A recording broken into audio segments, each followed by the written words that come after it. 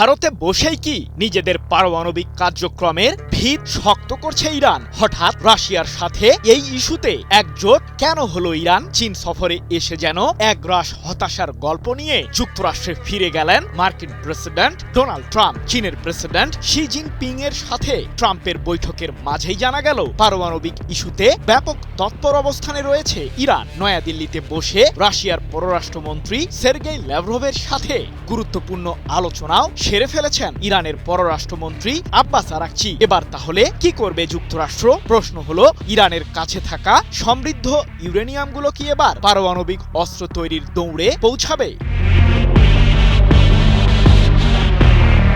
মধ্যপ্রাচ্যের চলমান উত্তাপ কমাতে চিরশত্রু চীনের দ্বারেই অবশেষে সাহায্য পাওয়ার আশায় পাড়ি জমিয়েছিলেন যুক্তরাষ্ট্রের প্রেসিডেন্ট ট্রাম্প। তার আশা ছিল চীনের প্রেসিডেন্ট শি জিনপিংকে বুঝিয়ে হয়তো ইরানের সাথে একটি শান্তি চুক্তি করতে পারবে মার্কিন প্রশাসন। কিন্তু সফলতার বিপরীতে একগ্রাস ব্যর্থতা ট্রাম্পের ঝুলিতে যেন বেঁধে দিল চীন। সেই সাথে কূটনৈতিক চ্যানেলের মাধ্যমে চীনের পররাষ্ট্র মন্ত্রণালয়ের স্পষ্ট বার্তা, ইরানের বিরুদ্ধে যুদ্ধে জড়ানো মোটেও উচিত হয়নি যুক্তরাষ্ট্রের।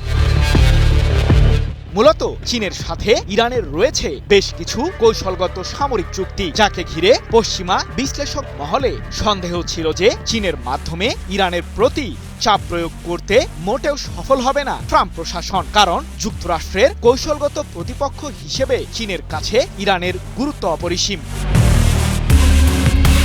এদিকে 15 মে বেইজিংয়ে অনুষ্ঠিত শেষ দফার বৈঠক থেকে কেবলমাত্র বাণিজ্য সংক্রান্ত কিছু বার্তা চীনের প্রেসিডেন্টের কাছ থেকে পেয়েছেন ট্রাম্প। যদিও এ দাবি কেবলমাত্র মার্কিন শাসকের। ইরান ইস্যুতে চীনের কাছ থেকে যখন কোনো আশানুরূপ প্রতিশ্রুতি লাভ করতে ব্যর্থ হলেন ট্রাম্প, তখন তার হতাশার পাল্লা বাড়িয়ে তুলল নয়াদিল্লির এক বৈঠক। হঠাৎ কি হলো ভারতের রাজধানীতে?